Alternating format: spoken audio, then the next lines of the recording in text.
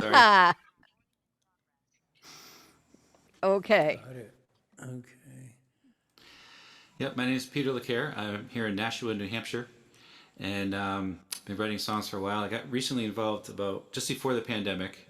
I got involved with a songwriting group here in Nashua, run by Mike Birch and Tammy Jan, and it's really been great for me because we meet every month, and so it kind of forces me to try and write a song every month. And so I got really back into songwriting more, and then I started getting involved with some of the open mics and the virtual open mics and some in-person ones, and it's been great. And I really appreciate you, Jan, having us here, and another way to kind of meet more people and hear some other songs. I'm going to start with the original called She's So Different from Me. And this is an example of a song that, as I started writing songs again a lot more, you have those two different types of songs, right? The ones that are easy to write and the ones that take a long time. This one took a long time. And it was one of those songs I brought to the songwriting group and got some feedback on it, started working on it. I think it took a couple months before it was finally came together. So it just kind of shows sometimes it takes some work to get these done. They don't always come easy, but hopefully it came out good.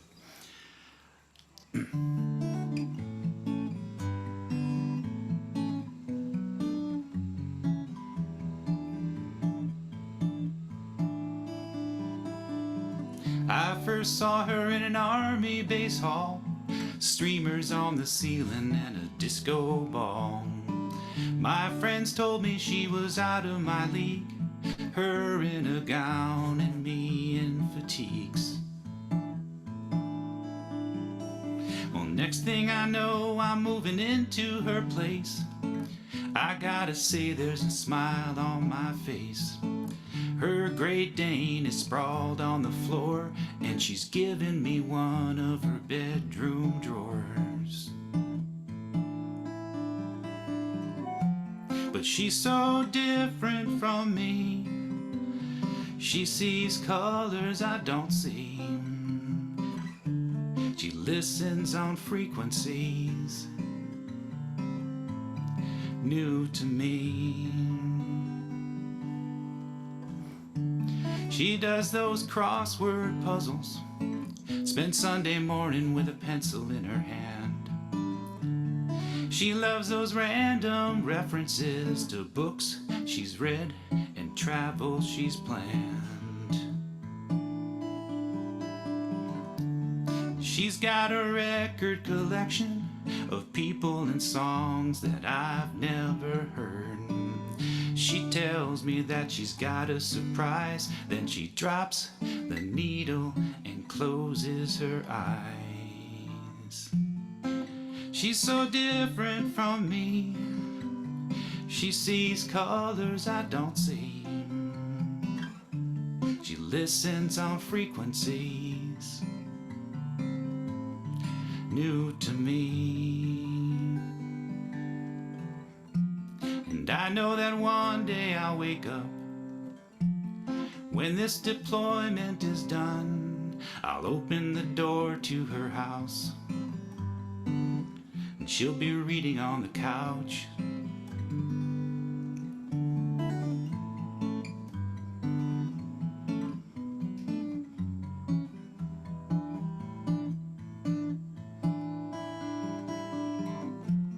She's so different from me. She sees colors I don't see. She listens on frequencies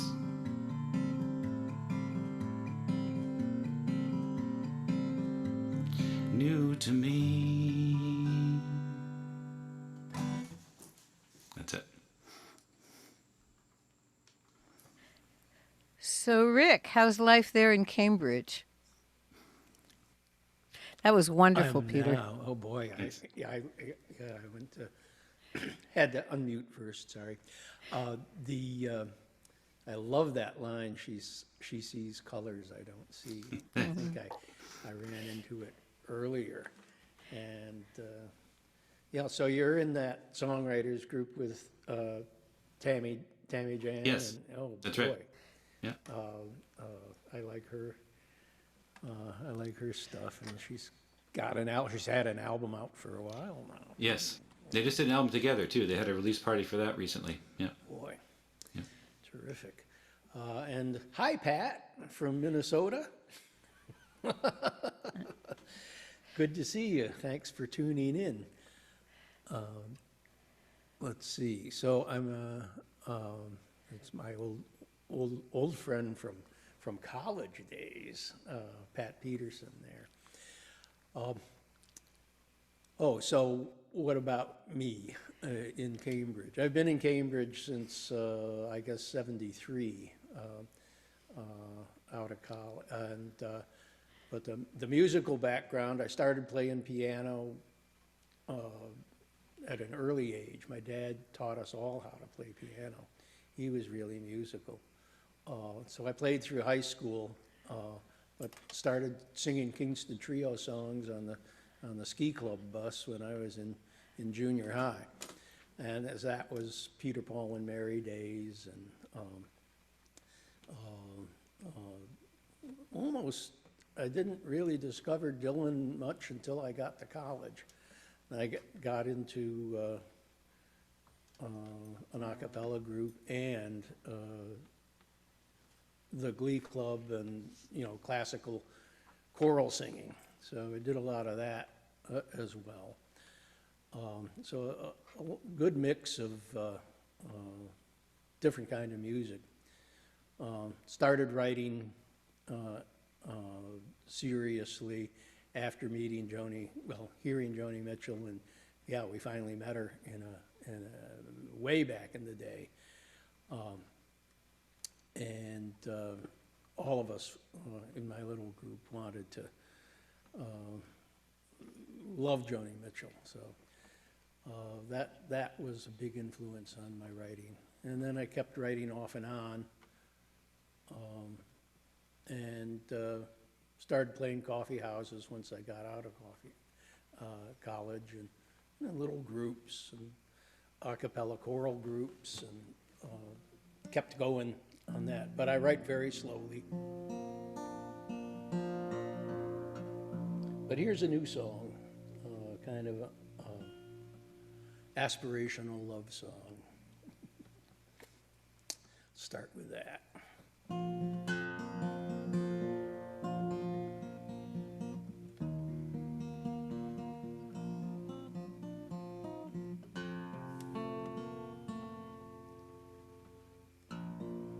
If I were the sun, I'd wake you gently with my rising, peeking in the space between your shade and window frame. As the day moved on, I would bronze your skin and streak your hair, turning highlights orange shadows deep. I'd light the moon as I fell asleep. And if I were a cloud and you were lying in the clover, I'd put on a show for you in puffy white and blue. First I'd be a bear, and then a lamb, and then a lion, a spreading oak, a towering peak, finally a heart for you. But I am just a song, and I hope that you will hear me. My melody delight your ear, my poetry endear me to you. And if I were a coquelicot, one of 7,000 poppies, and you walked down through your meadow to the quiet river bank, I would pray that you, my chatelaine, as you came back up the hillside, choose me for a vase upon your table.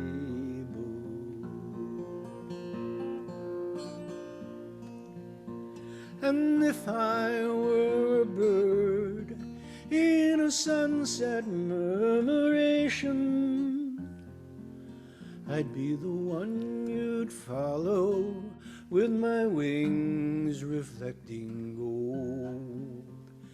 I would lift your eye up to the sky, dip down to the ocean, hoping for sweet sunsets spent with you. Well, I am just a song, so I could visit when you're sleeping, show you plays of light and shadow you never knew you held within. Sun and cloud and flower and bird would meld with ancient memories. You could sing the song the whole day long, dream the dream in your sleep again. We would sing our song the whole day long, dream the dream in our sleep again.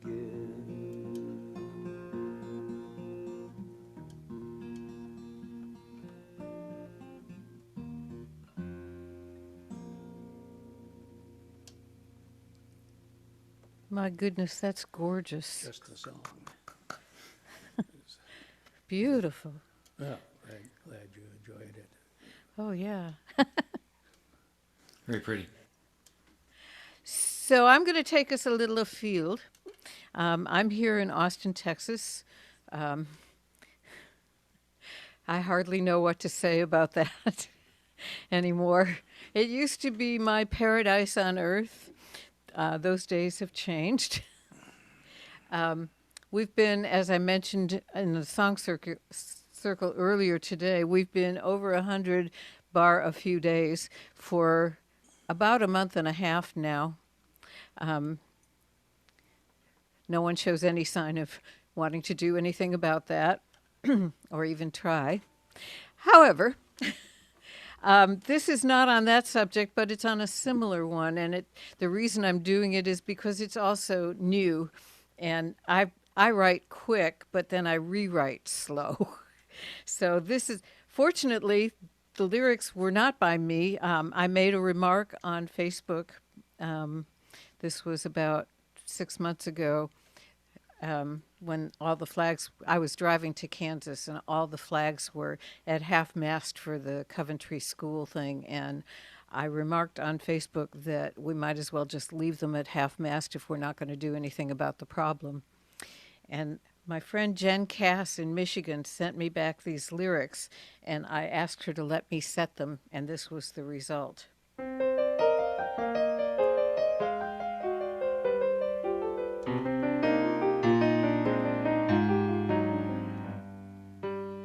The flags above my country are at half-mast once again, and we're burying our children and their teachers and their friends. Hey, law enforcement got him, and he only murdered 10. But the flags above my country are at half-mast once again.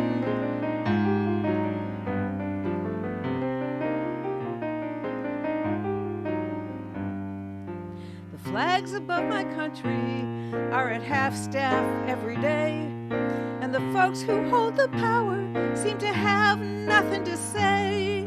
They just send their thoughts and prayers up to protect the NRA. But the flags above my country are at half-mast every day. You can leave the flags at half-mast, it'll save us all some time. You can leave the flags at half-mast, it'll save us all some time. can skip right to the part where we claim it is God's design as we scroll the new song. Scroll the names and faces that were cut down in their prime.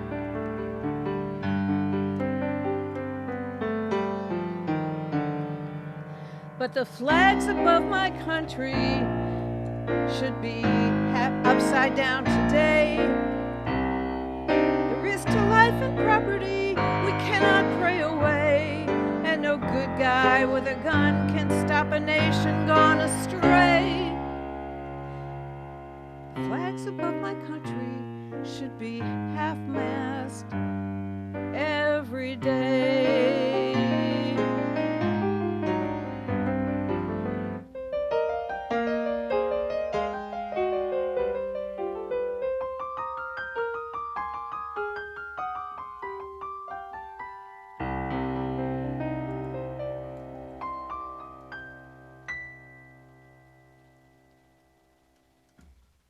Very nice. Wow. Thank you. Hi, Janet. Janet makes us international today. Janet is in Israel, about 30 miles north of Tel Aviv. So, welcome. So, we'll just keep going round and round like that until our time is up. So I guess it's my turn. Yes. This is one, actually from that songwriting group we talked about, was a prompt about painting initially, but I ended up doing it about a little statue of Venus de Milo. And a lot of my songs, I try and come up with characters and try and develop a story around that. And this is called Venus de Milo.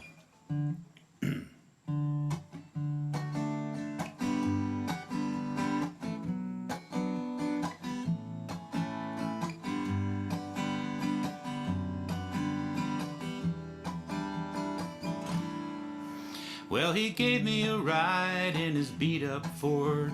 I had no idea what I was headed toward. We traveled through the prairies, the horses and farms, when I noticed a bobblehead without any arms. I said I kinda hate to ask, but who's that lady on your dash? He said it's my own private Venus de Milo. She's the reason I got this tattoo of Ohio on the back of my neck. And if you haven't seen it yet, let me tell you about Columbus, Columbus, Ohio, and the Venus de Milo. You see, he met his only girlfriend outside of a museum. She was with a bunch of friends climbing out of a van. He helped each one down gently to the curb. That's when they fell in love without saying a word. And they wandered through exhibits of ancient Greece, and strolled in the gift shop, he discovered the piece. Now she's on the dashboard, not in her head, and I'm wondering about Columbus and the things they did.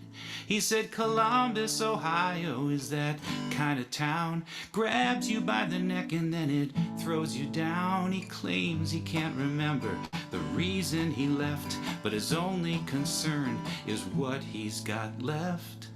And that's his own private Venus de Milo. She's the reason he got that tattoo of Ohio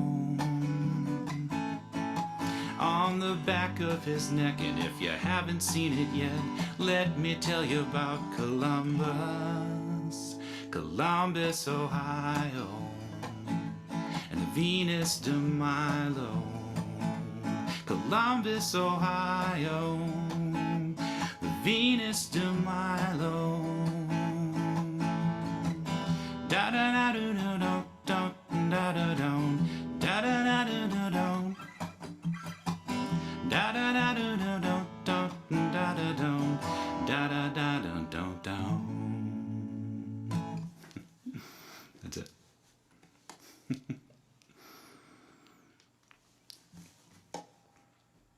Love that. I can't imagine anybody tattooing Ohio anywhere. By the way, y'all, keep your chat open. There's lots of stuff going on there, and especially Peter and Rick, keep your chat open because if Andy has something to tell you, that's where he's going to tell you.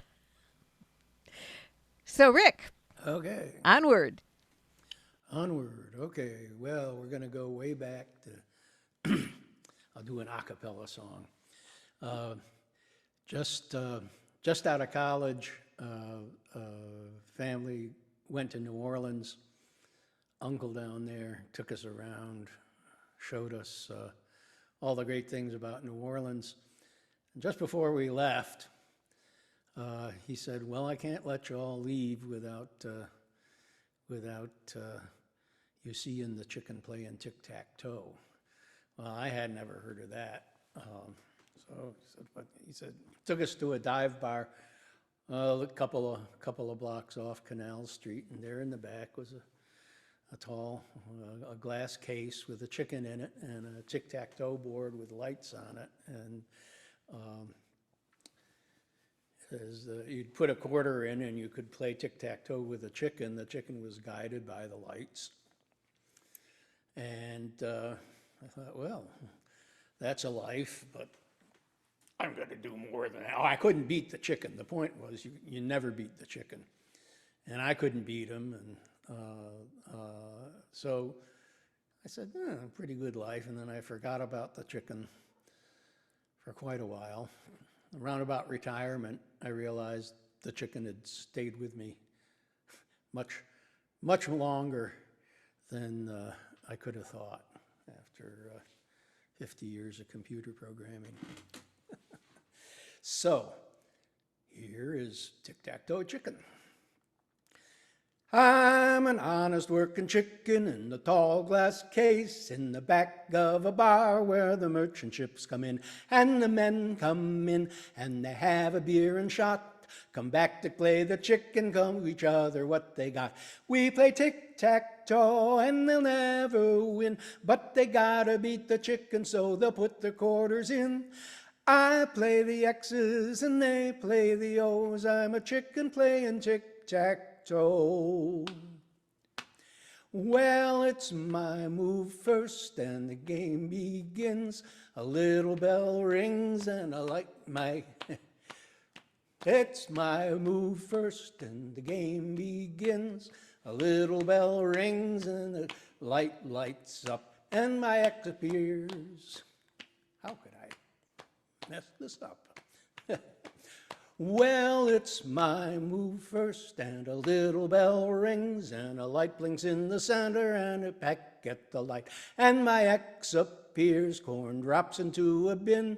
I eat the corn, they play their oh, we go until I tie or win. My life might be circumscribed, but the corn is good and the coop is warm at night. So as long as I keep pecking at the light, I'm a chicken playing tic-tac-toe. Now I work 9 to 6 in a gray cloth cube, pushing pixels on a screen for the company. And a little bell rings as a mail comes in, saying, can you have a look at this for me? So I dig right in, changing black to white and white to black, till it works all right. And another bell rings, saying, thanks, great work. Now I bet you can fix this one for us by tonight. So I'll skip lunch, maybe later catch a bite, 'cause I have important things to do, pushing pixels in a gray cloth cube. Now I'm walking down the avenue, staring at my phone. A little bell rings and it might be a like. If I like them, maybe they'll like me.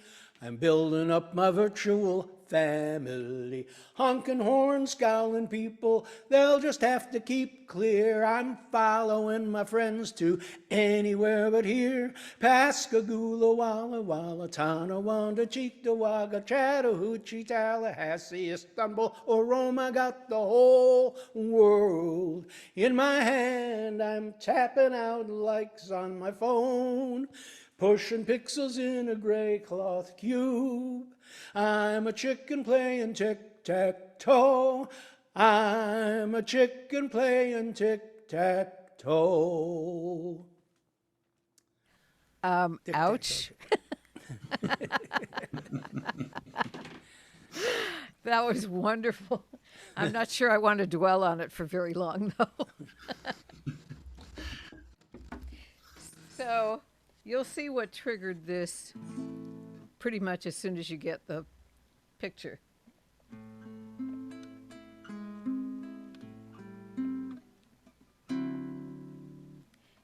I hear you cheering for me out there. I know I'm elegant and rare. And I think I'm showing admirable restraint. Yes, I am. Fancy Dan there, his name is Roy. He's treating me like I'm some kind of toy. And I'm being practically a saint.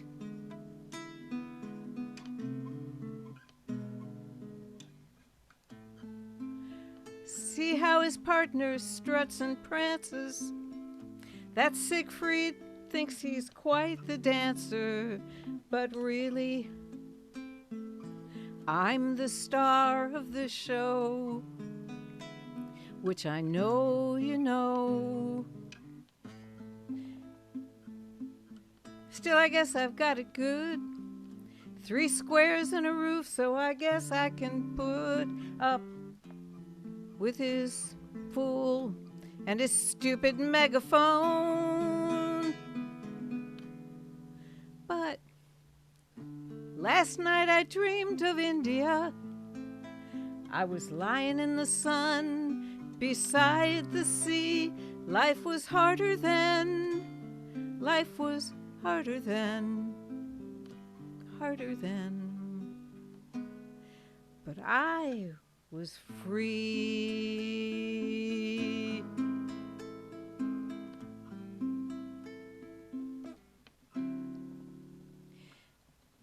So what's that fool Roy doing now?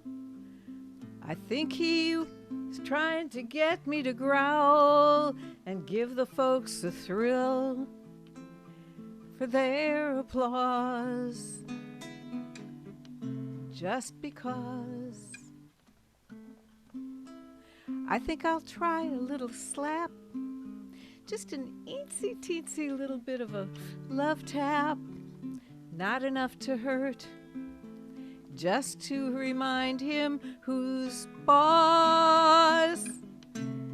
Because last night I dreamed of India.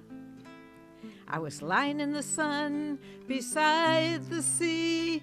Life was harder then, a little harder then, yeah, harder then. But I was free. I didn't mean to hurt him. It's just he's such a little squirt.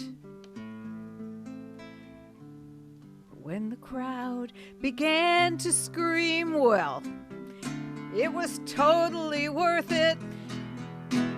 'Cause last night I dreamed of India. I was lying in the sun beside the sea. Life was harder then, so much harder then. Yeah, life was harder then, but I was free.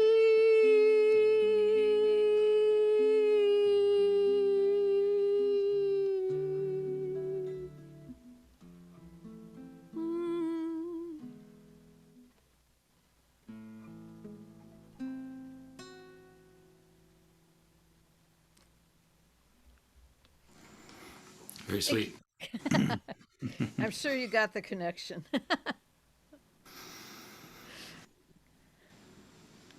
By the way, nobody was killed in that little altercation.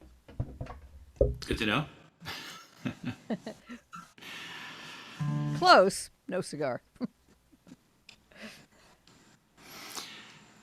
Okay, I'm gonna do a newer one.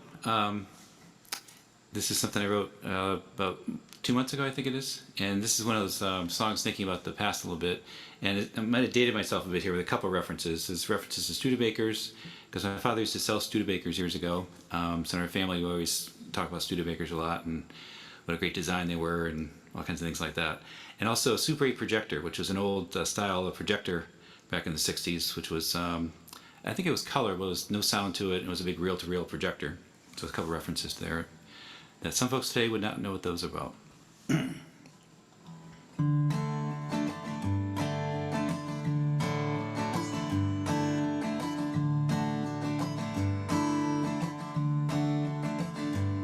I wish we still had Studebakers parked along our streets. The meters overflowing, nickels bouncing at our feet. A starlight coupe on Main Street, a lark on River Road, silver hawk up on the highway, the one you wish you never sold. Like a silver pendant swinging loosely round my neck, it's feather light but heavy like a long ago bad debt. It rolls on wheels that drift above the potholes of the road, and it leads me down to wistful woods where the saplings reach and grow.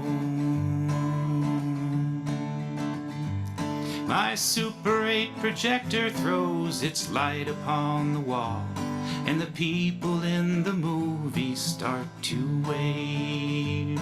They don't know who they're waving to or how the world has changed from those lost in retro Studebaker days.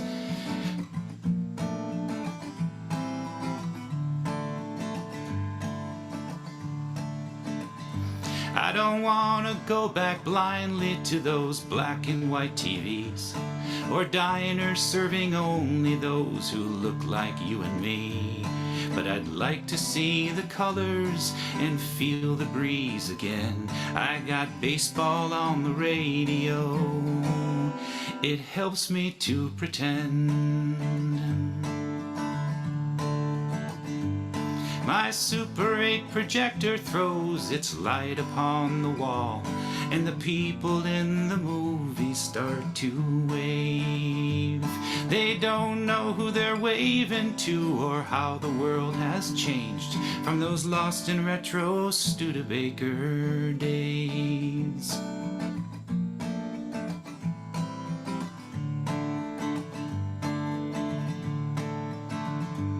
I like the way that Studebakers stand out in a crowd, like old eccentric uncles who talk a bit too loud. The cars today, they blend into a single sad design. No wings, no chrome, no bullet nose, no charm for anyone to find. My Super 8 projector throws its light upon the wall, and the people in the movie start to wave. They don't know who they're waving to or how the world has changed from those lost in retro Studebaker days.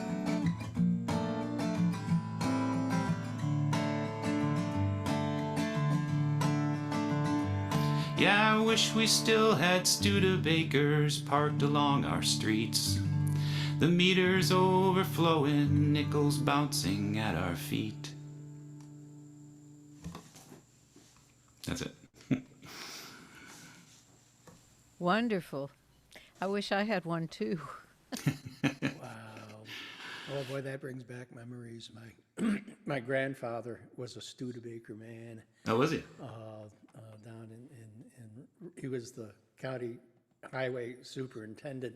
So he had a big Studebaker truck, which he used for work, and they had a little Studebaker, and they had a Silver Hawk at one point. So good for you to pull that term out from the They were past. cool looking cars. And in some ways, they're ahead of their time. They had things like, I think, disc brakes and things like that. They were kind of groundbreaking in some of the things they did.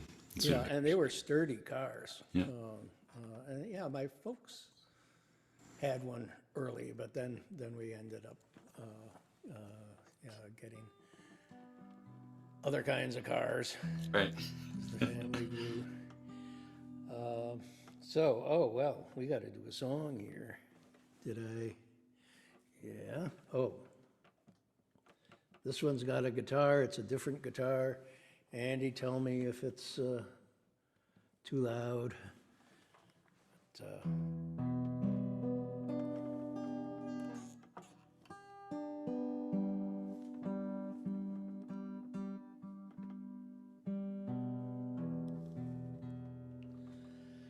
so this song it's a prompt song. The prompt was fire. And I was out in Colorado at a workshop. And I'd driven out there, and I got to drive back all the way across the country, thinking about what I was going to say about fire. And of course, out there's a lot of Native American thoughts and the buttes, and I thought about how they might have used fires to send smoke signals.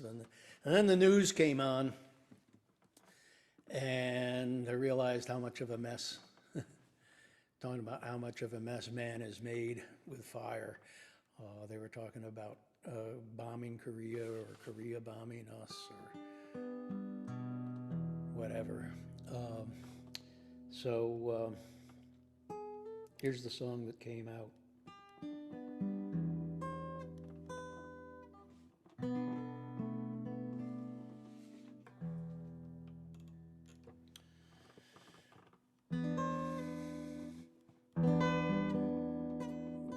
Don't like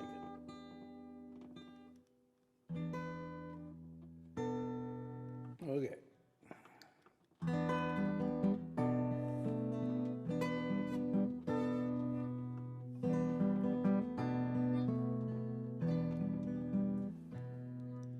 I bring fire to all the planets in the galaxy with a crystal that I hold to catch their sun. All gather round for warmth. I tell them it's a gift to use with love and share with everyone. So it always starts out well. They learn to tend the fires, share them, cook, stay warm, keep beasts at bay. But then someone wants the biggest fire, and someone wants the only one. Once fighting starts, it all will burn away. And the prairies burn, and the forests burn, and soon it's only cinders and ash.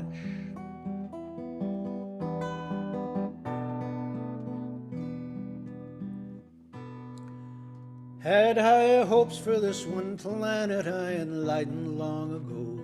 They learned to share the fires, make tools and glass. Built cathedrals with stained windows, let the colored sunlight through, and orchestras and choirs sing Alleluia, Alleluia.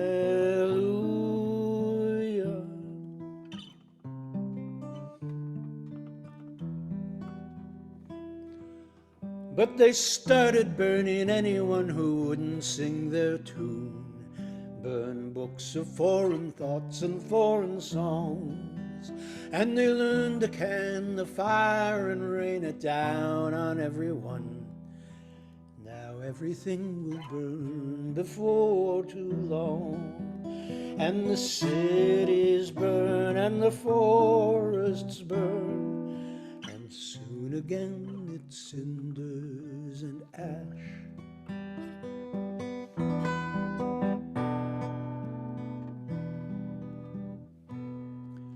Now I'm on some empty planet around a sun I've never seen. Should find one near that's not had fire before. But everything I've done has only come to stone and ash. And I don't want no part of it no more. So I've collected fuel, found some tinder in my poke. For one last time I've caught the sun in crystal. I lie here in the warmth, my diamond shattered at my feet. I'll still be here after the fire dwindles. Farewell to all the silent stars, the planet stone and ash, the planet stone and ash and soon to be. Farewell the gentle creatures abiding in green valleys. Farewell to all the love was meant to be. Still warm, it's getting colder. Use the fire well. Colder, share the fire with love. Cold love.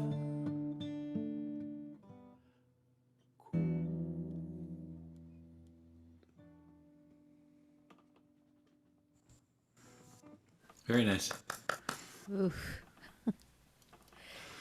It's a nice melody. I like how you did. I think a lot of your songs you have that melody over the chords. It sounds so pretty. It's like unique too. Lots of food for thought there. Yeah, right. I don't do that too often. Have little open mics with punch. I'll bet not, but you know what? You probably should. Well, yeah, I'm feeling like it, and I loved your tune about the flags being half mast, and why don't we just leave them down? Oh boy, Yeah. Just we all need to hear that constantly, I think. and that song too, the one you just sang. You know, like obviously we can't have too many warnings. So I'm going to do something a little bit lighter because I feel a little nostalgia for the past as well. I would definitely have taken a Studebaker if somebody had offered me one. I thought they kind of looked like Carmen Gias a little bit. So, you know, like that kind of elongated oval. There's a couple models like that. Yeah. formation. Yeah. With the The torpedo ones nose. that had, Yeah. I was telling the guys earlier before the show started, we had a driving range at my high school, and we had 2 Studebakers and a bunch of Plymouths, and the Plymouths all had that push-button transmission thing going on. That was bizarre. Of course, we'd never driven before, so we didn't know how bizarre it was. We just knew we didn't like it. Studebakers felt like a real car. So there was always, at class, there was always a rush to get to those 2 cars first. So this is in a similar vein, but it has no Studebakers in it. I'm sorry.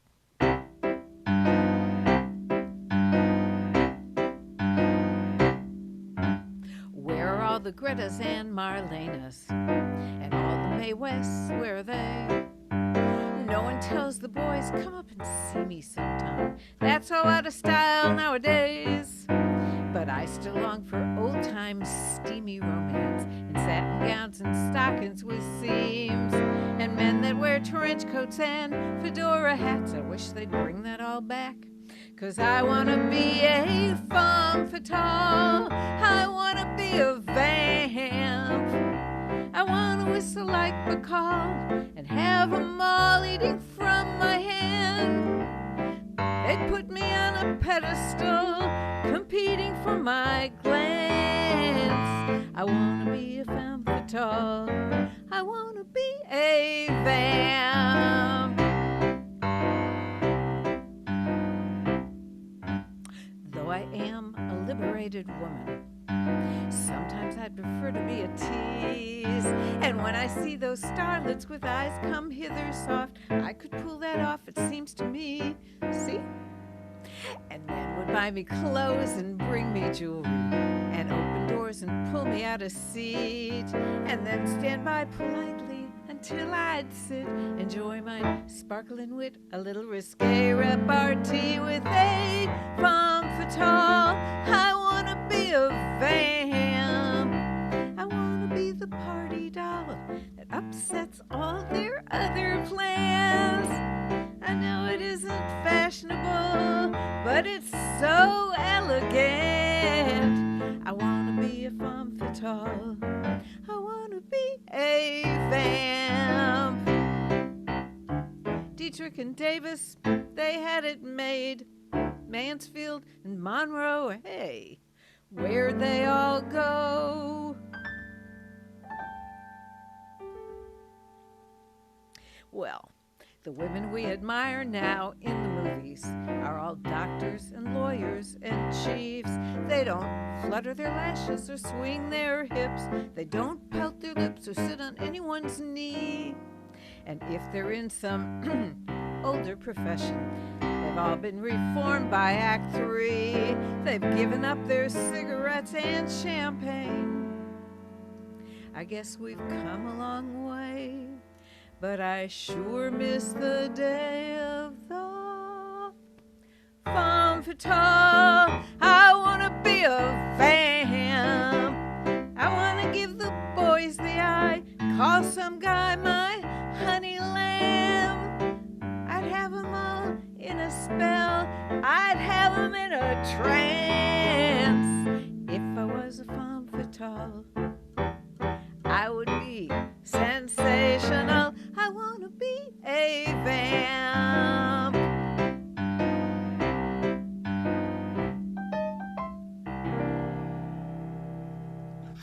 What a great tune. Thank you. The time has come for me to ask this burning question. And I'll start with you, Peter. Where are you going to be next, and where can people find you online?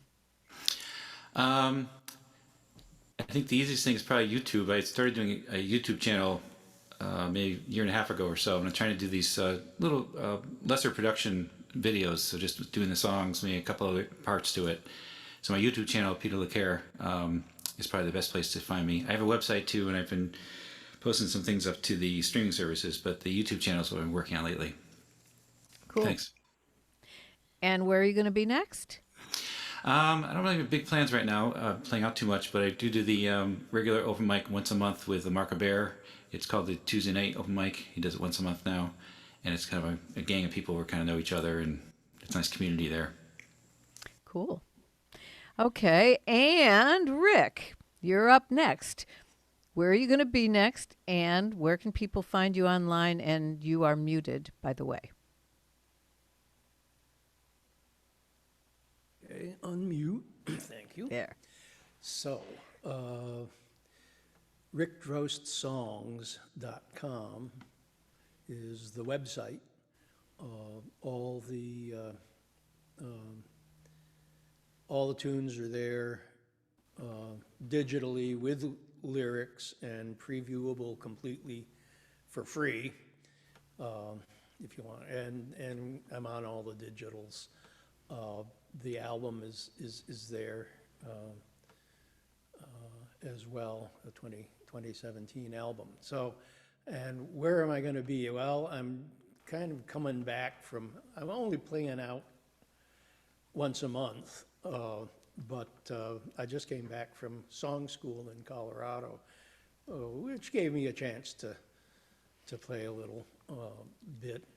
And there's a nice little club down on the South Shore here that I end up playing at in the round with a bunch of songwriters do that once a month. But right now, yeah, I'm going to mostly going to festivals when I get the chance. I'm going to go out to Far West. Yes, I me finally too. decided. I was out there three years ago or 4, and loved everybody I met and heard, and have wanted to get out there since. So so I've been playing mostly online, really. Try to do something online once a week. So you won't, unless you're local, you won't see me here. There's a Dar Williams Festival next weekend that Wonderful. that's a real good, great tribe. She runs a great tribe of people and retreats. So those are the kind of opportunities I've taken to sing. And I'll be coming back out in person a little more now. Cool. As the pandemic eases and things are opening up. One hopes. Yeah, one hopes. Let's see. So we got a song to do. Wait, before we do that. And so for me, my next thing, if you're here in Austin, is Kick Butt Coffee has started up again. And we were on hiatus in August because I was not in town very much. But this next Sunday, the 10th, I will be on stage with Janet Feld Green and possibly some other guests who haven't presented themselves yet. That's the 10th. And on the 24th, the Any Sunday show will be Mike Berman and Indie Soul, who I discovered on one of the song circles. He's a treat, and he's brand new, and he's wonderful. So, and so is Mike Berman. So I strongly urge you to be there. If you don't have the means to find out where to be, put your name and your email in the chat or in the comments on the Facebook presentation of this, and I will make sure that you have that information. You can find me online at janseides.com. There's a whole bunch of good stuff there. And there's a store, and the store has all my music, and it also has things like this, which is jewelry made from my guitar strings and other wonderful stuff made by Kathy Miller of Love and Life Art. And she's done a wonderful job. You should go exploring. So now, Peter, I believe you have a song, yes? Yes, I do. Okay. Yeah, and Ricky mentioned Dar Williams. She has a book out too about songwriting, doesn't she? And she was doing some. You're mute. Her new book is great. I think I might have read it twice now. Okay. And been going to those retreats. She digs deep into her own songs and where they come from in such a way that it inspires you to look at your experiences. Yeah, she was doing those retreats where she talked about the book and like workshops, and I was signed up for it, and I caught COVID. It was last fall, and I couldn't go. I missed it, so I'll have to try again next time. I was disappointed. They just ran a retreat, right? The second one, but if I get notice that there's an online one this fall, I'll let you know. Yeah, thanks. Now Great. that we're connected. Okay, so my next song, I recently retired, and one of the advantages of retiring is being able to read more. And so I started getting really into reading fiction, and I'm really enjoying the chance to have time to read, because I always felt guilty about reading for some reason when I was working. I always be reading, think I should be doing something else, but now I can just read. So I ended up writing a song about it. So this is how it goes.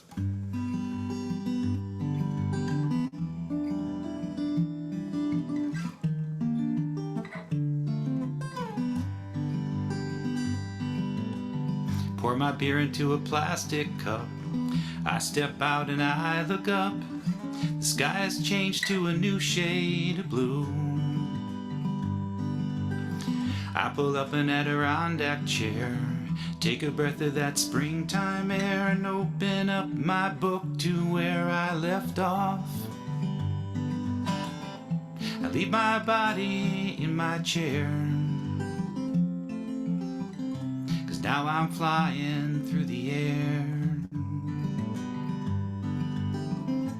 Over Germany in 1945, I see the horizon through the pilot's eyes. Every book I read shows me something new, something I can share with you.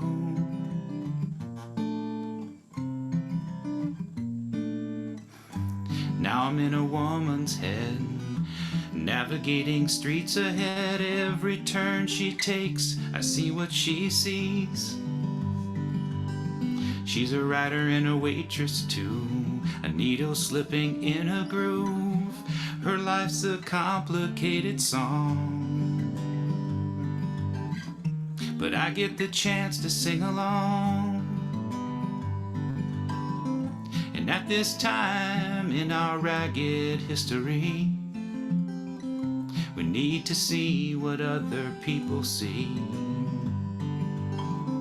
And you can't live in another man's shoes, but you can listen to him sing his blues. Better still read a story from his point of view. Every book I read shows me something new, something I could share with you.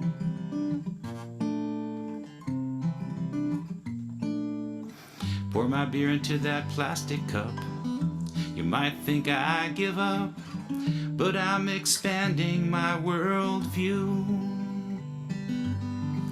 And when this book is done, I'll start another one. My aim is simple and true. I'm just doing what I can do. And every book I read shows me something new, something I can share with you. Every book I read, every book I read.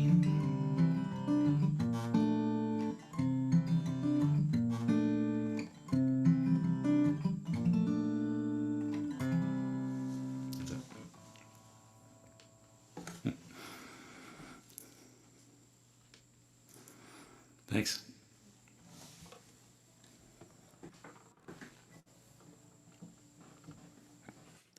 Oh, thank you, Peter. Wow.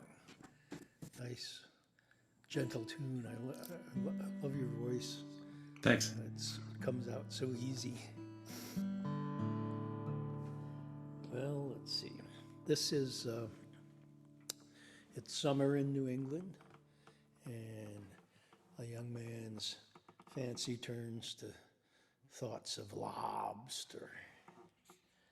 A little while ago, Whole Foods decreed from Austin that they were suspending the sale of live lobsters system-wide on account of it was unfair to the lobsters. There was this article in the Globe. They couldn't keep them in such a way that each creature could reach its full potential. They couldn't figure out how to kill them humanely, so they weren't going to sell them. The chefs wrote in, just a big publicity stunt.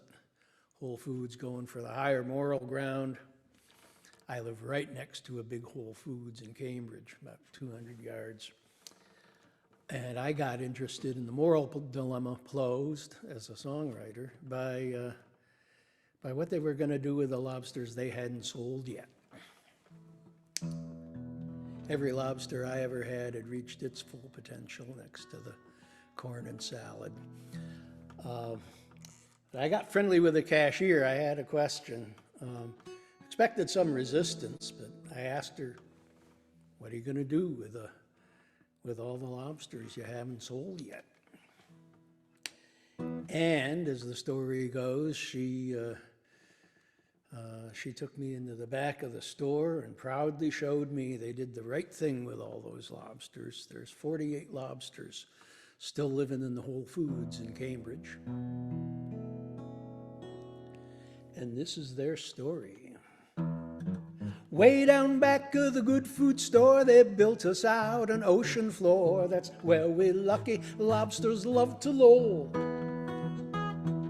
They feed us scraps of hard salami, chèvre olives and edamame. Each day we're on another kind of roll. Pilgrims thought we were fertilizer, later gourmets learned to prize a springy, sweet white flesh dry brushed with tangerine and salmon. To sell us from captivity is wrong, they say, but secretly we think a great good fortune might have more to do with mammon. And would they grill us? No, no, no. And they couldn't just kill us now. What would they tell the tofu swells and the friends of free-range buffalo? Pa got sold before our day at a dandy dinner in Old Back Bay, mid nutmeg, cream, and brandy. Gladly met his destiny. Now his shell's out west some 40 miles, the rest of him has cleared Deer Island. He's back in the harbor singing near my cod to thee. And would they sell us? No, no, no.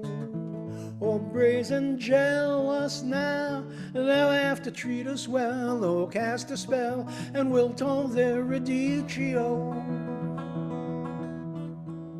Meanwhile, my life's like no other. I play mahjong with my twin brother. We dance the quadrille, sing our song, the 3:15 till morning, then we fall asleep on cobble in a happy heap. Some jellyfish are nightlight if we ever have to pee.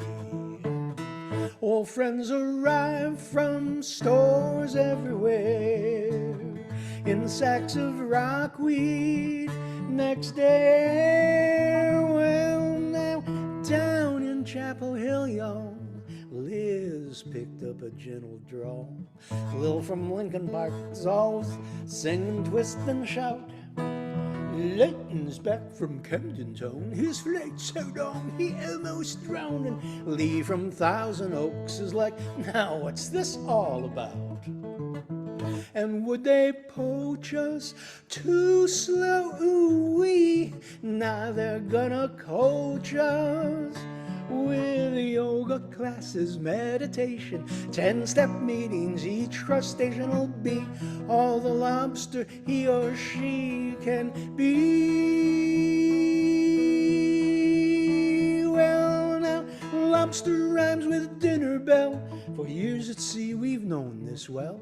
We thought our last swim would be in a big blue speckled pot. So every day, the chosen many, we gather round, phase our antennae with a lobster podcast live at noon. Give thanks for what we got.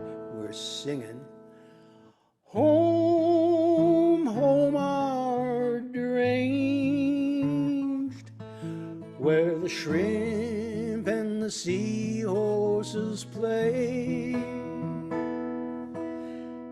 Have you seen my wife, Davy Jones? And my favorite, swimmerette, swimmerette, swimmerette, swimmerette, swimmerette, swimmerette, sow. Swimmerette, swimmerette, swimmerette, swimmerette, swimmerette, swimmerette, sow. In a watery cave somewhere, I'll shed my shell and he'll come there. Wouldn't it be lobsterly, lobsterly? Lucky lobsters live forever, drinking sparkling clementine.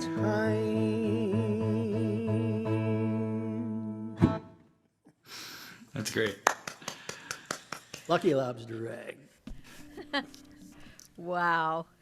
And actually, that time I met you up in Nashua, you did that song. My wife still talks about it. The lobster rag. Well, I have to admit, I had some reservations about lobsters. I've been a vegetarian for longer than I'm going to tell you about. And I did make allowances for seafood because I did Atkins at one point, and that meant that I could have eggs and cheese. Did I mention eggs? So I had to add seafood back in, but I had never had, a whole lobster brought to the table for me to choose, and it has eyes. So now I don't eat anything that could look back at me reproachfully. So lobsters are out, they have eyes. So this is far afield from that. Can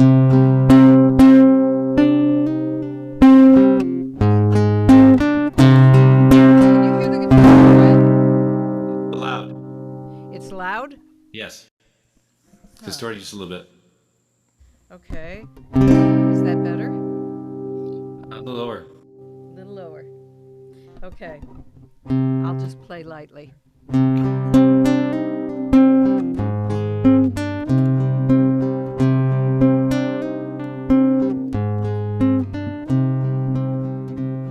Magnetic fields fight their way across the skies and show us brilliant colors, the northern lights, and we are all reminded the beauty we have here, how fortunate we are to have protective atmosphere, and the home we share, the northern lights remind us, has water and air.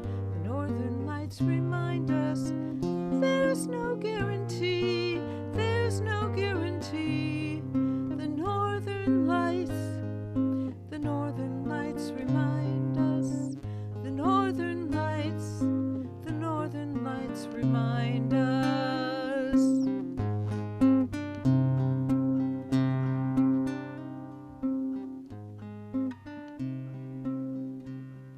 Celestial looms weave the darkness into lights that dance above the planet to dazzle human eyes, and we are all reminded of vast eternity, how fortunate we are, however briefly, just to be.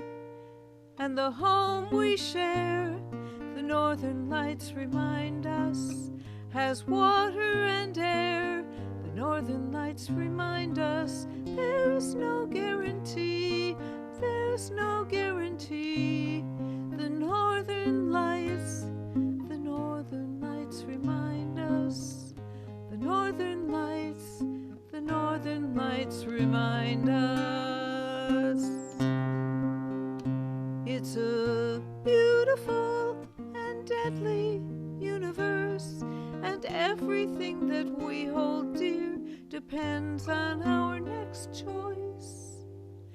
For though we send our rockets up to land on planet Mars, or lie back on the hillside to admire the stars, the northern lights remind us with their shimmering towers how fortunate we are to have this earth of ours. And the home we share, the northern lights remind us, has water and air. The northern lights remind us there's no guarantee, there's no guarantee. The northern lights remind us, the northern lights remind us, the northern lights, the northern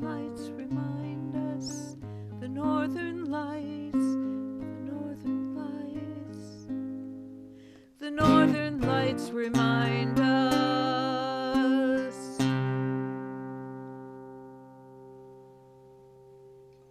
Very pretty song. Thank you. A little more cosmic consciousness. Yeah. Thanks. Like I said, we can't get too many warnings, apparently. True.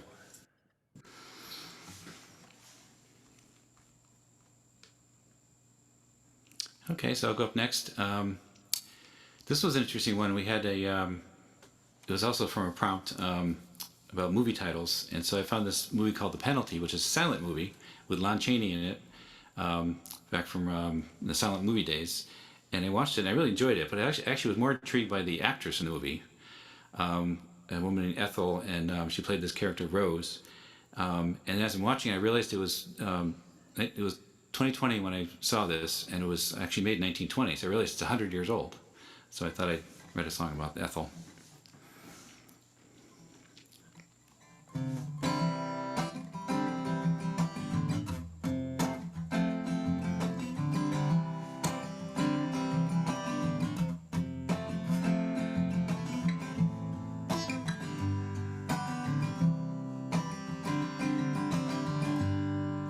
My real name's Ethel, but I'm known as Rose. I'm an actress, it's a job I chose. I met Lon Chaney, I played the part. His evil grin was just the start. It wasn't easy, I broke some ground. It takes a while for folks to come around, but I played Rose brave, I made her worthy. I laid a foundation strong and sturdy.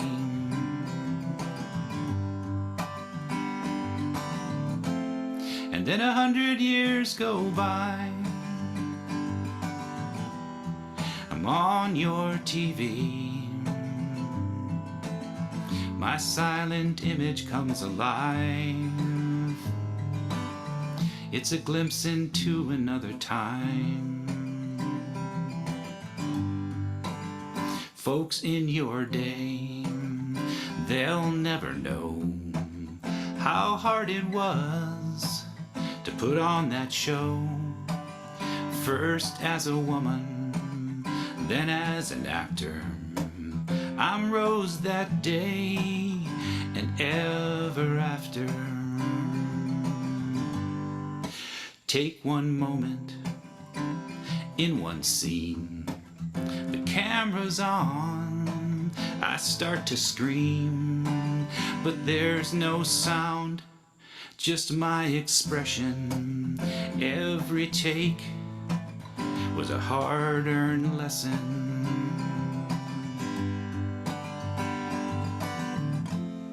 Then 100 years go by, I'm on your TV.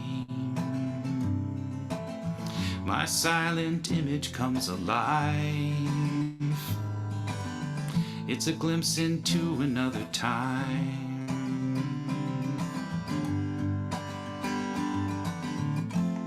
And then 100 years go by, I'm on your TV. My silent image comes alive. It's a glimpse into another time. That's it.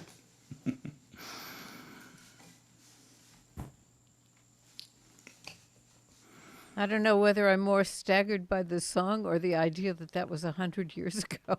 I know. It was a movie called The Penalty, and Lon Chaney was in it. It was actually a pretty good movie for the time. But I thought the woman character actually did a great part to it. She played an undercover agent and stuff, and I thought she kind of stole the show, I thought. Good.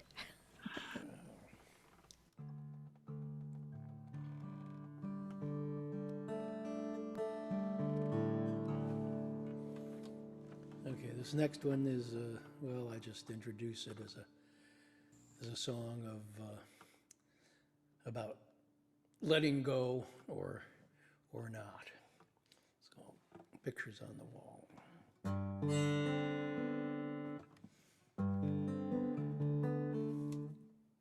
We got everything? Yep. Sorry.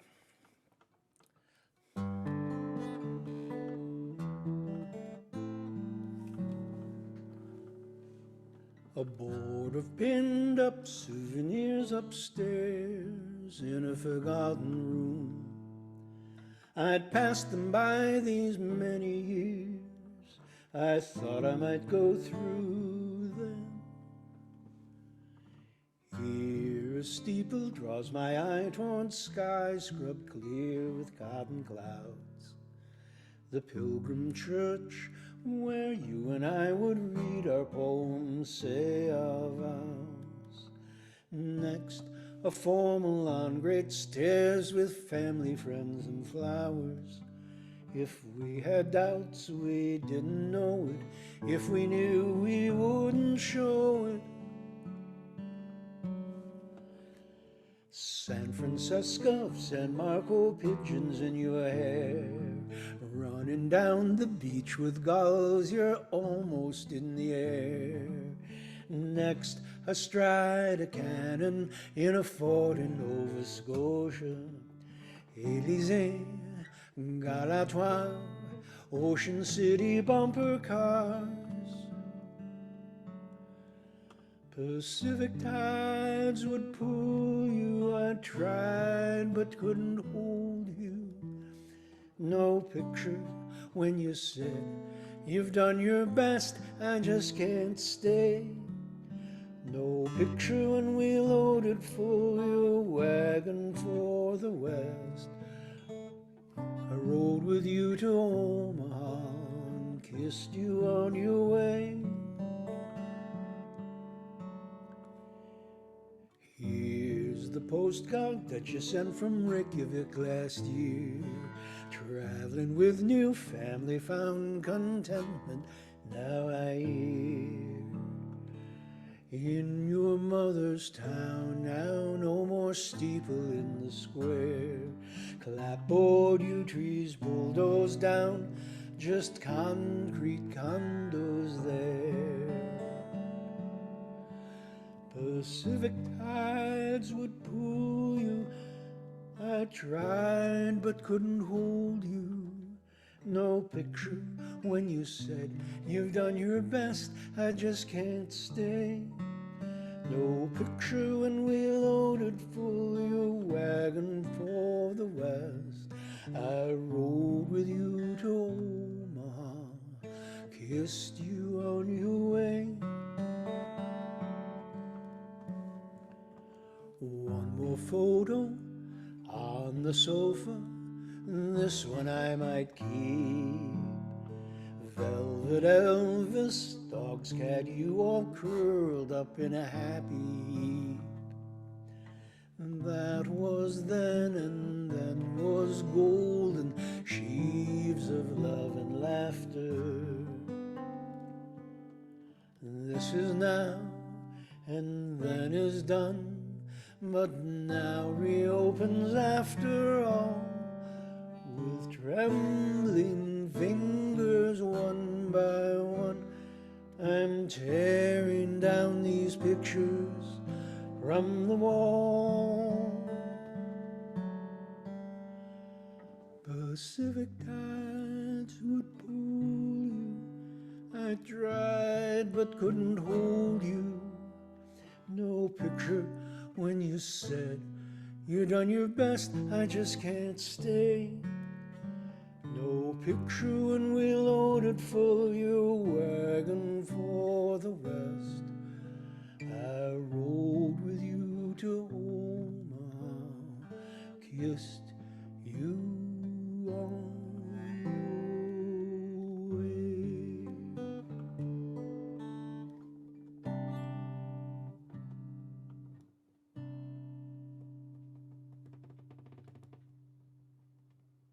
That was wonderful. My Pictures goodness, on the Rick, wall. it's one heart stopper after another. I know. I love how you have all these different images of the photographs, and then at the end, you have to take them down. And you introduced them in a way that I'm attached to the photos myself, and then you're and then you're tearing them down. Really feel that song. You Yeah. know, and Yeah. they're still, are they still, well, yeah, they aren't on the wall anymore. Okay. But it's good to have these boards of memories. Oh yeah. Oh, yeah. It's. I have been thinking lately, actually, I've been thinking it for quite a while. We are so fortunate because, and it may not seem that way, but our technology has allowed us to keep memories alive in a way that For example, my mother had one picture of her grandmother sitting on a lawn holding a Coke bottle wrapped up in a baby blanket, pretending it was a baby. That's the only picture we had of her. Yeah. And now, I mean, my Too dad many. is gone now. Before he was gone, we recorded him telling his stories on video. Yeah, That's great. and an unlooked for and unexpected result of that was not only can he tell his stories from his own point of view to his great grandchildren and beyond, but every once in a while I'd take out that recording and listen to the sound of his voice. You Yeah. know, I mean, who would have ever thought that was going to be possible? We have movies from 100 years ago, Yeah. you know? There we go. It's just amazing. And whatever all else we've done and need to improve upon, we've done that one right. Yeah. It's cool. Yeah. It's always good to give praise where praise is due, right? So, in that light, and because I'm starting a new wedding business and I'm taking myself around to a bunch of wedding venues and proving to them that I'm competent for them to put me on their preferred vendor list, I also offer custom songs. And this song was written for my daughter's wedding. And while I was singing it, I was looking up at her and her groom and the officiant and her wedding party over here. And, after I started the song, I looked up at them because I was singing to them and about them. And they were both bawling. And so I thought, well, don't look there. So I looked out at all her friends arranged over here. And this is what they all looked like, every single one of them. So I thought, okay, don't look there either. So I ended up singing my song for my daughter on her wedding day to the sound hole in my guitar. But I'm going to look at you while I sing it. The other day I did this for a venue owner, and I could see the whole scene again, and it almost made me cry again.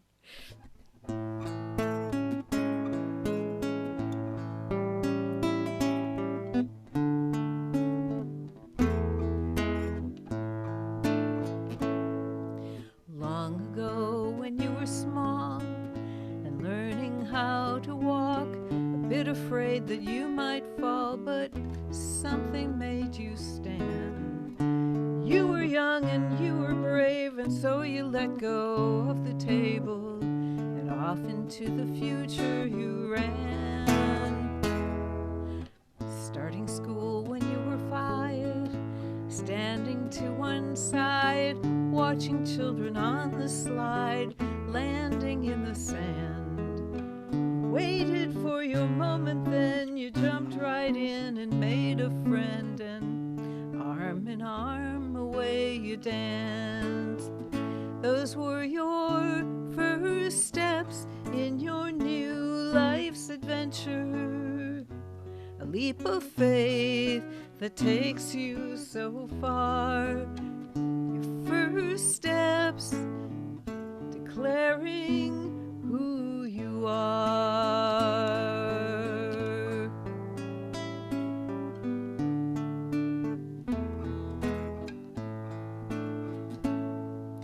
Now you stand before this crowd to speak your wedding vows, a little scared but happy.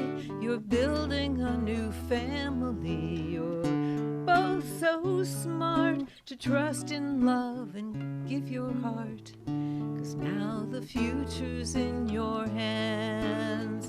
So we gather together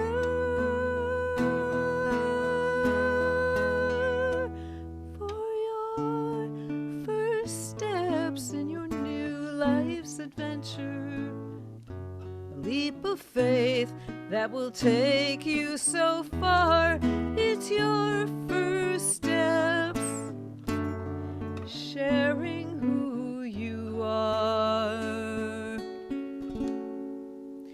These are your first steps in sharing who you are.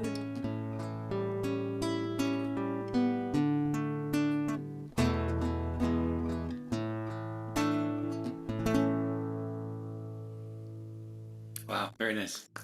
Thank you. I could see why tears were involved. I only made one mistake and it made the song better, so I kept it. Well, it's really a coincidence because I was going to do my next song as a wedding song. Perfect. So I don't know how that happened. In this case, there's my niece, and she was getting married, and she actually sent me a request to writing. I think they had the idea of me playing at the ceremony, but they wanted me to try and do some music for it. So I wrote this song, and they liked it, and ended up doing it for the first dance with the wedding band, which was a blast. I having a backup band playing it with me, but I think it's okay to play it after. I don't want to play another wedding song necessarily, but I think it's a little different angle on this one, so it'll be interesting to see. Absolutely wonderful. Whatever you want to do. So it goes like this. And I guess the pretext is they're a young couple and they're really adventurous. They like snowmobiles, skiing. They're always out doing something. And she has an Instagram page where they're always doing something wild, adventurous. And I thought it was kind of inspiring. So I tried to latch onto that idea.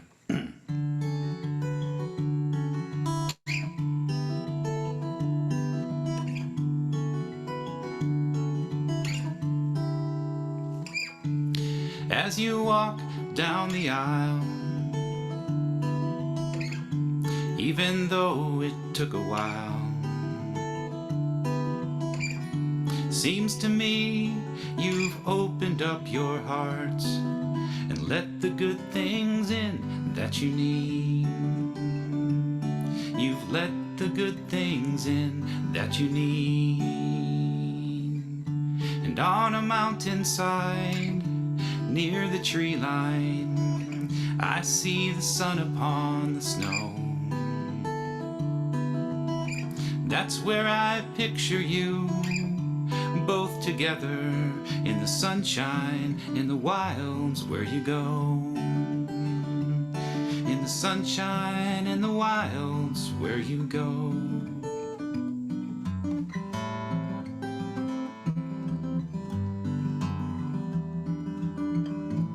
Because you found something everybody's looking for.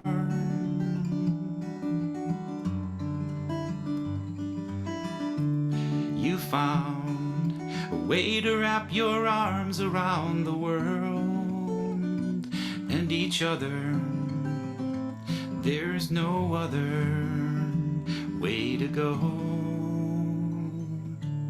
And on a frozen lake up in Maine, there isn't anyone around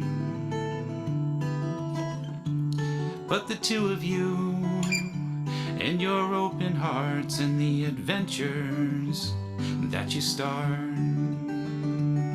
The adventures that you start.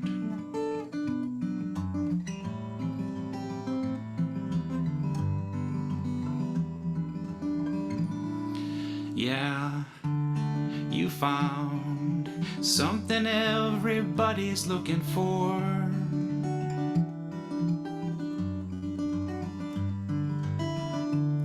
You found a way to wrap your arms around the world and each other. There's no other way to go. Yeah, you found something everybody's looking for.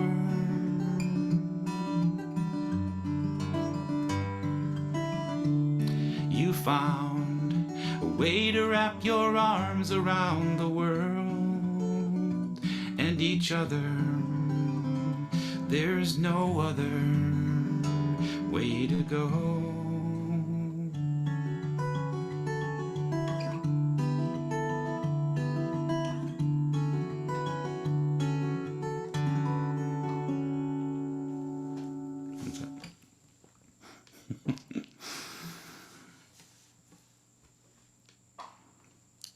So it was a fun experience anyway.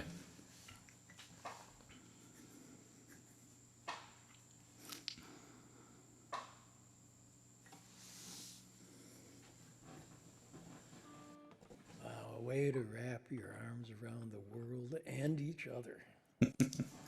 I tell you, what's challenging though, it scared me to death when they asked me to write the song because I was scared to death I was going to, not come up with something nice. And then, of course, when we played it, I was pretty nervous too because it's their wedding. I mean, I don't want to screw something up. So I know exactly what you mean because when my daughter asked me to write her a song, my answer was, sure, who's going to sing it? But I love it out.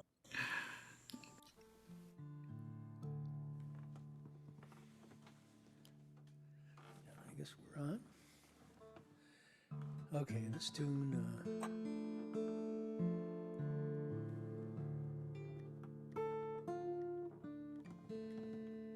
This tune started in a dream a couple of falls ago, and I'm afraid I haven't woke up yet.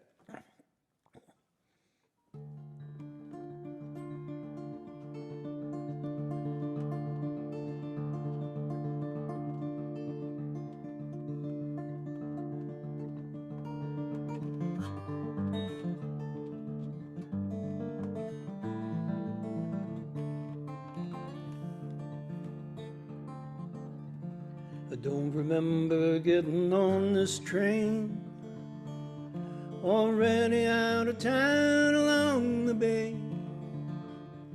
The seats are pretty comfy, I've got some food from home, some bread and cheese and apple. I'll sit and watch the shoreline slide away.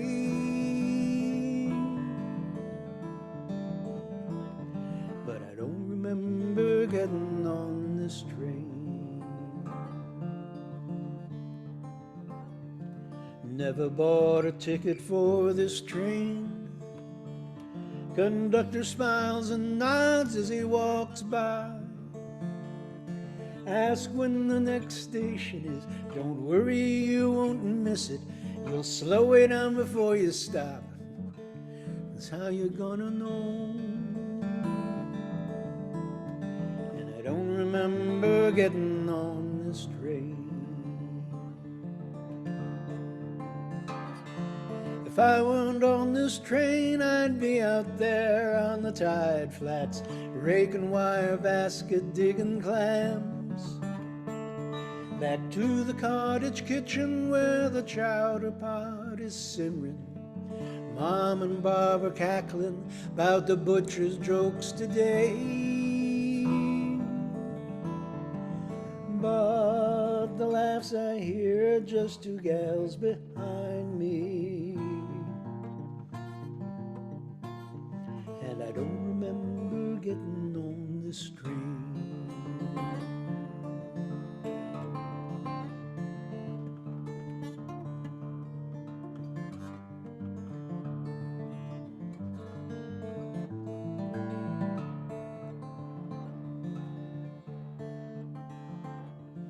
Just came back from sitting with my dad.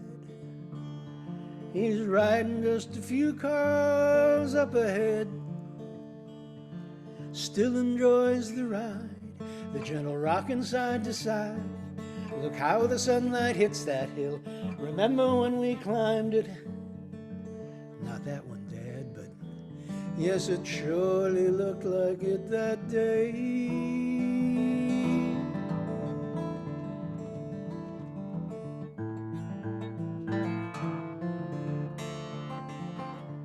So look who's here beside me now.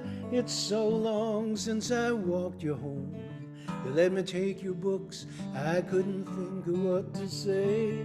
But here now we can talk about our trials and our travels. Sit and watch the golden fields roll by. Still, I don't remember getting on this train.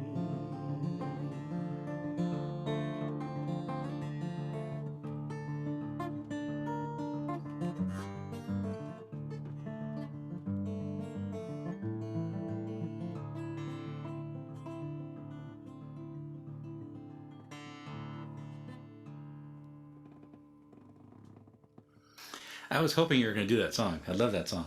Oh, word. It's amazing. That's wonderful. That was beautiful. Like pretty much everything I've heard this afternoon, All the songs with the are beautiful. possible exception of the one about the lobsters. I'm not sure beautiful would that- apply. Yeah, that triggered you, huh? Oh, A little bit. No, it's just beautiful is not the word I'd use to describe it. So, dream songs. Yeah. I guess if you've been writing for any length of time, sooner or later one of those will show up. And I've been very fortunate in receiving several now. I love them. I love waking up and going, that was a good song. Whose song is that? And it usually takes some length of time before I understand it's my song. That was my dream. And then I have discovered if you do not get your head off the pillow and go write it down somewhere, I'll remember it is not what's going to happen. And I have read now about a poet, and I can't remember what her name was, but she had a farm and she would work in the fields. And when a poem came to her while she was working in the fields, she would run back to her house and try to catch that poem before it outran her and went to somebody else. And yeah, that's kind of how I feel about it. If you don't get up, that song is somebody else's. So this was the first one of those, and I have to let you imagine my surprise, because this had never happened to me before. It's a cappella because apparently I can't play guitar or piano in my sleep, but I woke up with the song fully written, and that's all I know about it. If it's your story, please come and claim it, but I wrote a song about it. We met when I was 17, and he was barely older.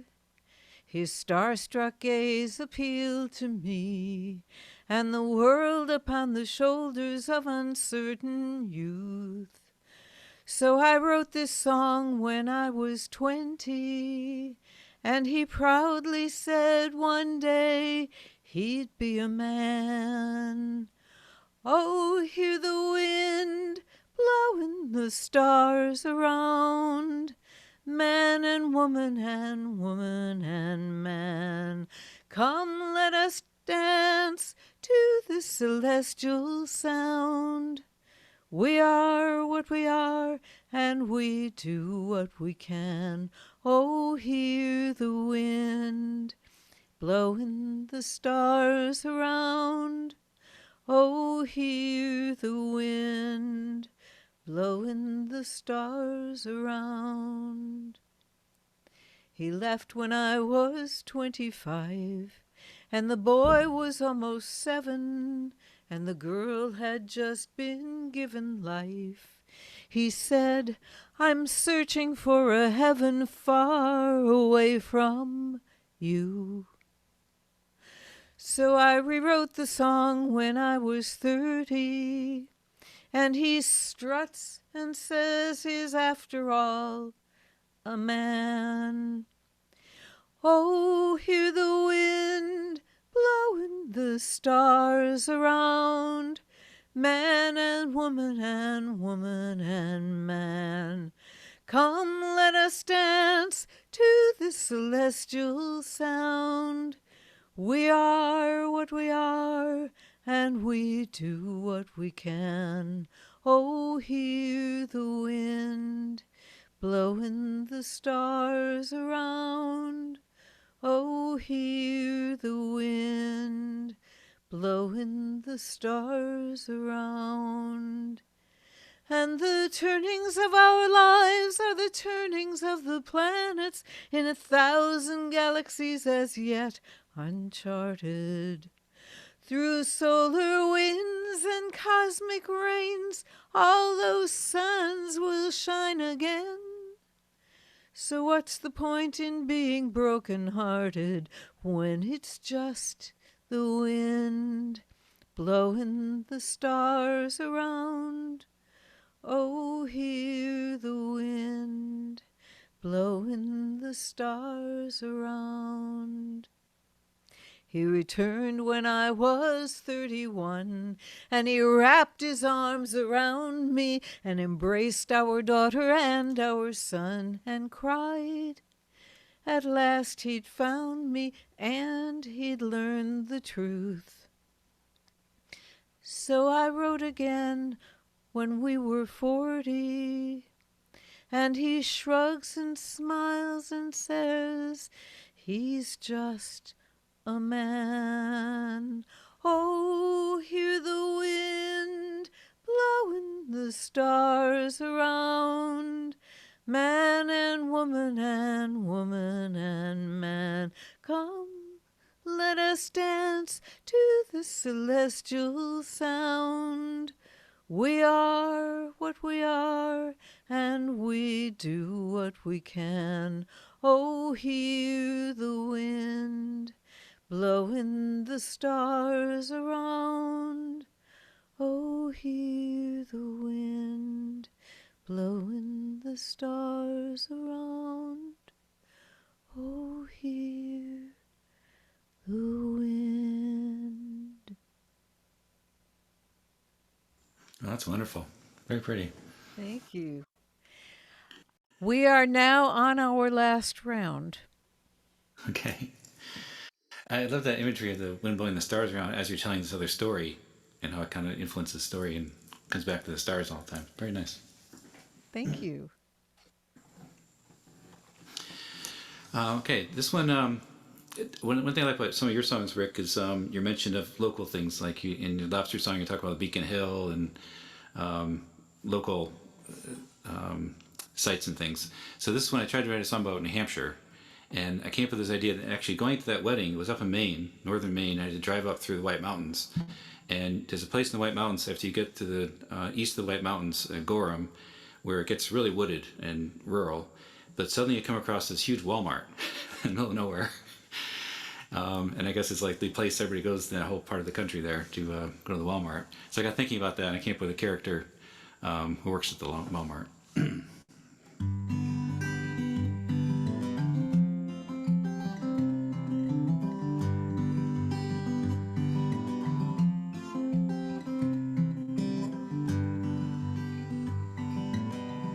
She works at the Walmart in Gorham, New Hampshire. You know, this I need a capo. I just realized that. Sorry. Always forget the capo. Sorry. It's a bit of a ping there with the capo on.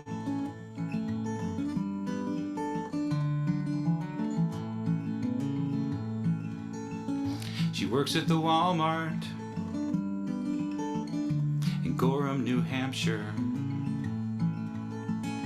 She can see the mountains from the parking lot. There's a Winnebago parked near the carriage corral. She leans on a railing and lights a Doral. The smoke from her cigarette billows up in the air, her own smoke signal to the world out there.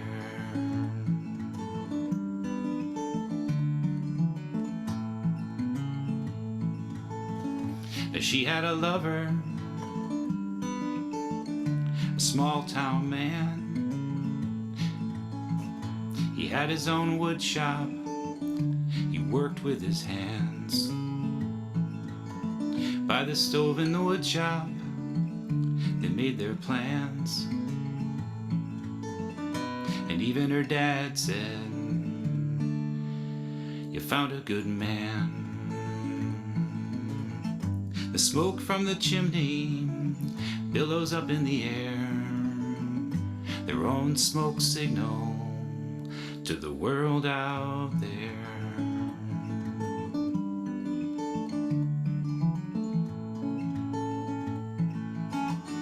And if you drive up old Route 16, there's an old ski jump that you've probably seen.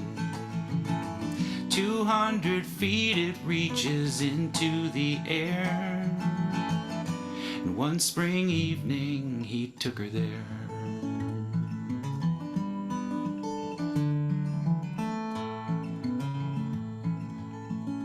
And under the trestles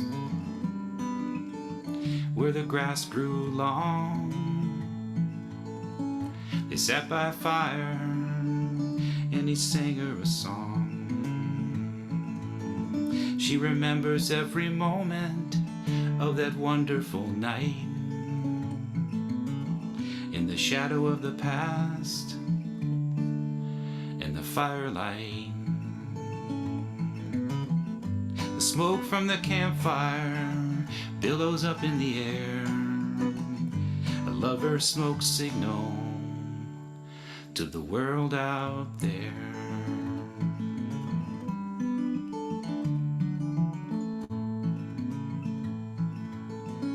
She works at the Walmart in Gorham, New Hampshire. She can see the mountains from the parking lot.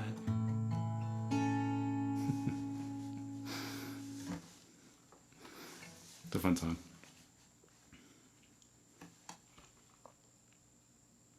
It's a lovely song. Thanks. Yeah. Boy, great details. There's a ski. I don't know if you guys have seen it up on Route 16. There's an old wooden ski jump up there that I guess they're renovating now to try and rebuild it, but it's still way up in the air. So.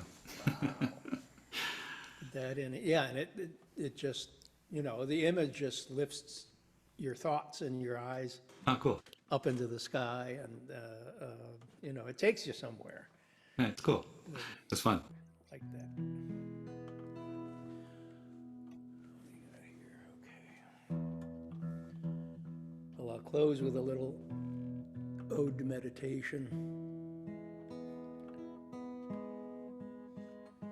Finding little miracles and counting your blessings.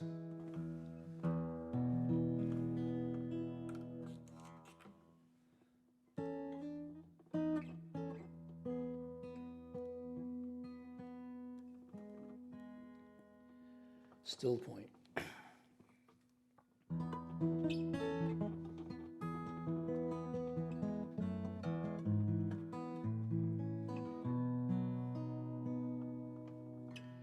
Time now, time beckoning, time out of memory, glimpses of dreams not yet reborn, romance, second chances past reckoning, the future now is repaired.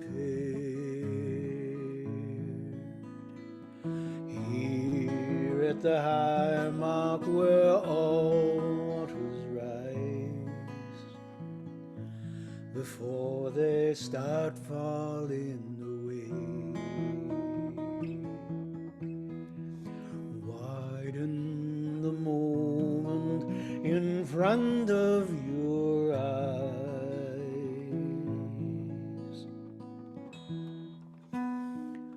You can dance through all time in a day. Lamb in the oven and cinnamon, ginger and songs from your grandmother's heart. Easter time, family gathers for dinner. Take your place till they're ready to start. Early this morning, out under the apple tree, falls drops of dapple in the sun.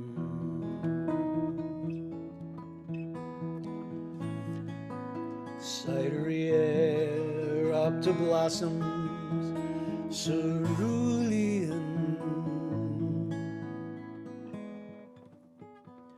grandfather's blessings begun at a still point, I knew you yearned to stay, but the world turns and it slips away.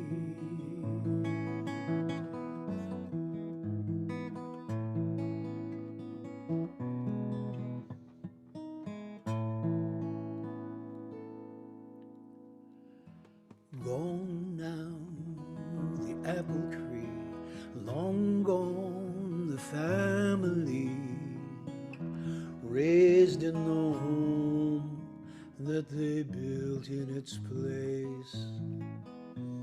You ride to the strains of a loopy calliope, reaching for brass rings they no longer make. But you'll find an apple trees everywhere now. The forest and new fallen snow,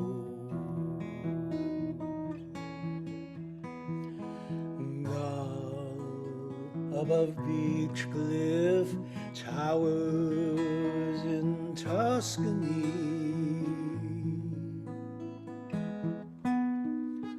cradle them and let them go. In the windlessness on a canyon floor, breathe the sky down in and again before each dip of the paddle, each flick of the pen, as God writes your name in his hand.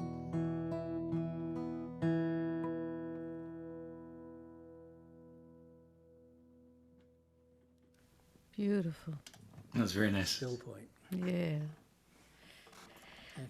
Well, before I do my last one, I want to say thank you to both of you. I'm sure everybody listening understands why I asked you. Thank you so much. I'm humbled by the fact that we both said yes. So, Well, thank you very much. I've had a wonderful time. You too. Really enjoyed all the songs. Hearing many from you that I haven't heard. Jan and Peter, most of them are new to me. So That's good. Yeah. love the easy delivery. And thank you all for tuning in. Yeah. So I'm going to do this last one, your song about letting go. I mean, your line about letting go, that kind of, I was planning on doing something else, but I'll do this instead. I wrote this for the same daughter for whom I wrote.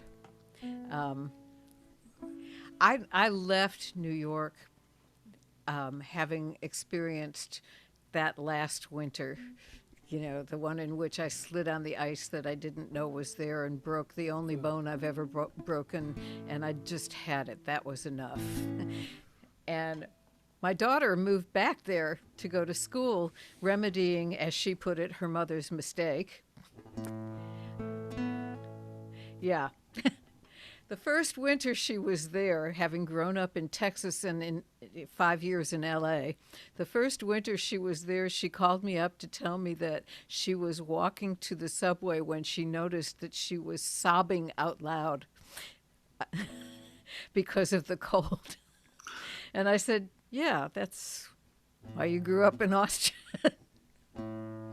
So I wrote this song for her afterwards because I felt kind of guilty about being snippy to her when she had this real thing going on.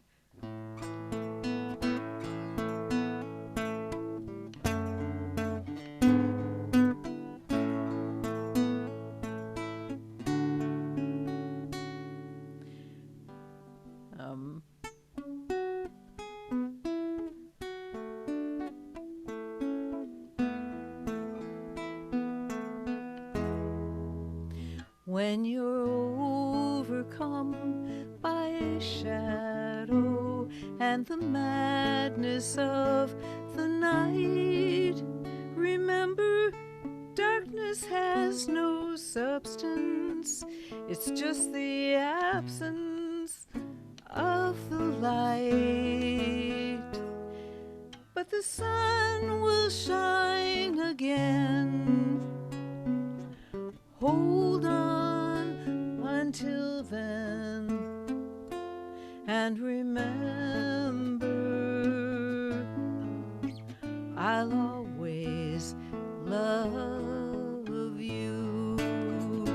When those icy winds blow through you and delight to do you harm, you can wrap my love around you and let it keep you warm till the balmy breezes blow and melt away the snow. Remember, I'll always love you.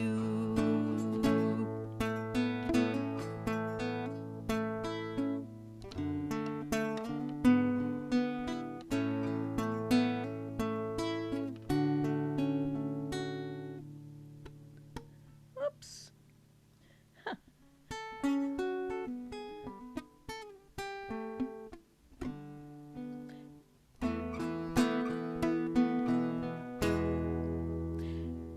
Take care of yourself. Learn your lessons well. And remember, I'll always love you. And remember, I'll always love you.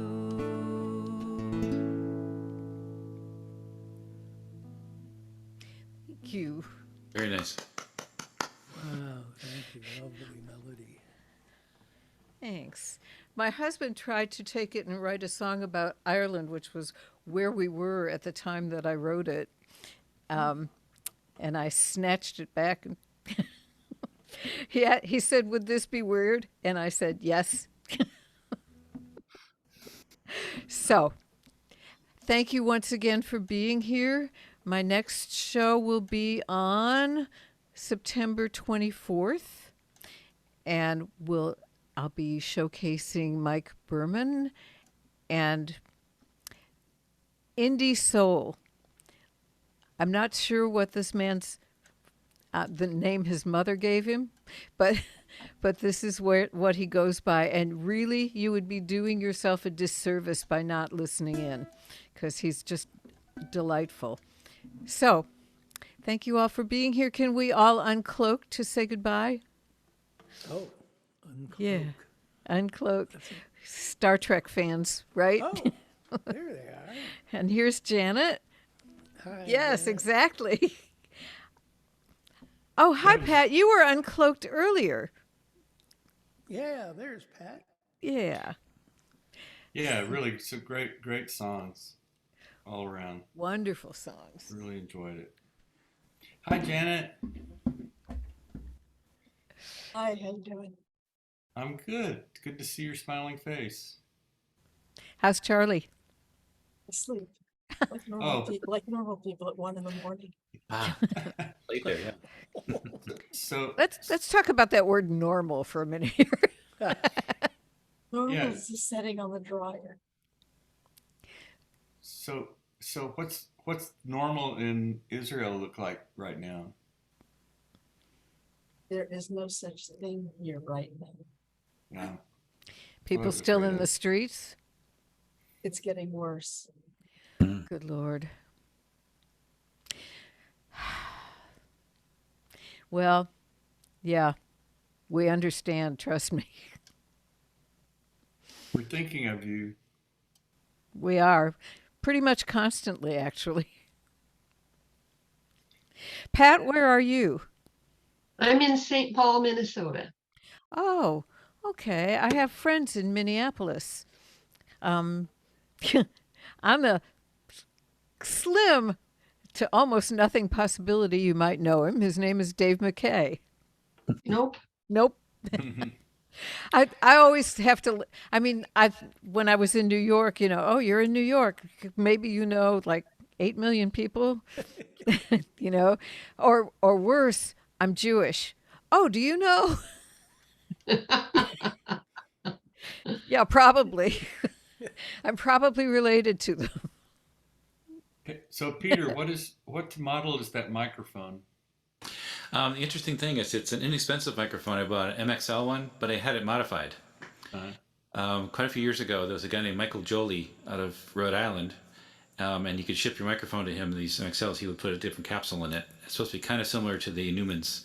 It's not a Newman at all, but it does sound pretty nice. I've liked it for a long time now.